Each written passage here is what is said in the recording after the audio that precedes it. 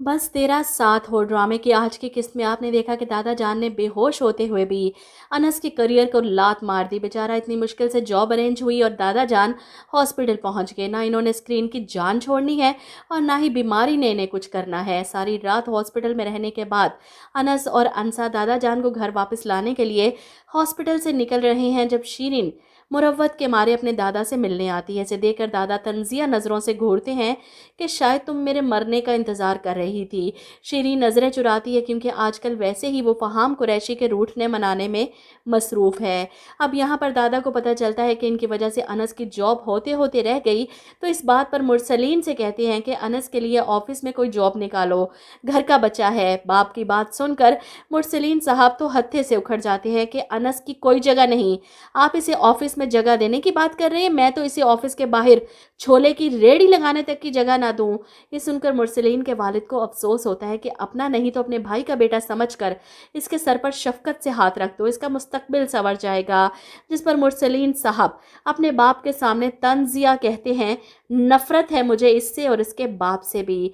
वो साफ लफ्ज़ों में इनकार कर जाते हैं और जब ये बात शाजिया को पता चलती है तो वो तो ववेला मचा देती हैं कि आपका अपना बेटा बागी हुआ जा रहा है, घर वालों से नाराज़, और आपके वालिद को अपना अनस नज़र आ रहा है। मैं कह रही हूँ आप शयान के लिए कुछ करें वरना वो बागी हो जाएगा, पागल हो जाएगा, ज़हनी मरीज़ बन रहा है वो इस घर में रहते। इसके सीन वैसे बड़े मज़े के होते हैं जब वो अपनी माँ से बात कर रहा था। खैर, शाजिया बेगम मुरसलीन पर प्रेशर डालती हैं कि इसे बिज़नेस में शामिल करें ताकि सबकी नज़रें आपके बिज़नेस से हटें।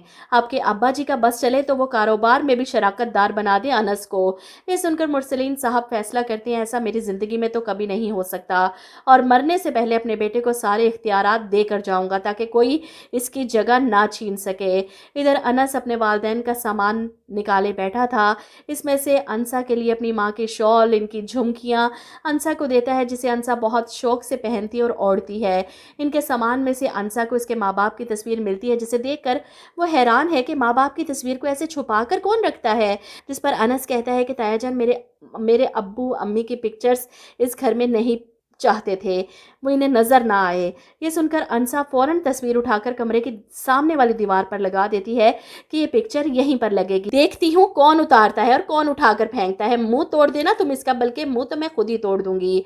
अंसा वाकई काफ़ी जीदार लड़की है अनस की ज़िंदगी में। अगर ये लड़की ना आती तो शायद ये यूं ही घुट घुट कर मर जाता। खैर, मुरसलीन साहब शयान को सेट करने के लिए और अपने बेटे की कामयाबी के लिए ब्रांड न्यू कार मंगवाते हैं और स्पेशल इसे सरप्राइज़ देने के लिए बाहर लेकर आते हैं। अंसा जो यूनिवर्सिटी से वापस आ रही थी वहीं खड़ी होकर ये तमाशा देख रही थी। इस नई गाड़ी में इसे इसके ऑफिस लेकर जाते हैं।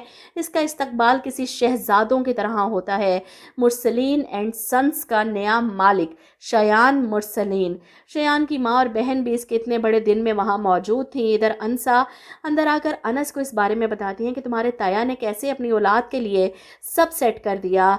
जिस पर अनस कहता है कि वो हमेशा अपनी औलाद के लिए सब सेट कर देते हैं। ये सुनकर अंसा अनस से कहती है, और तुम्हारे साथ की हुई ज्यादतियों पर इनको अल्लाह मियाँ से डर नहीं लगता? इनको रात को नींद आ जाती है? जिस पर अनस कहता है, वो है ना ऊपर सब देख रहा है, बेहतरीन इंसाफ करने वाला है। जिस पर अंसा गिला कर जाती है, इंसान क्यों नहीं करता इंसाफ। और अनस की आखिरी बात ने तो दिल छू लिया कि इंसानों की औकात है। वाकई इंसानों की कोई औकात नहीं किसी के साथ इंसाफ करने की या किसी को इसका हक देने की या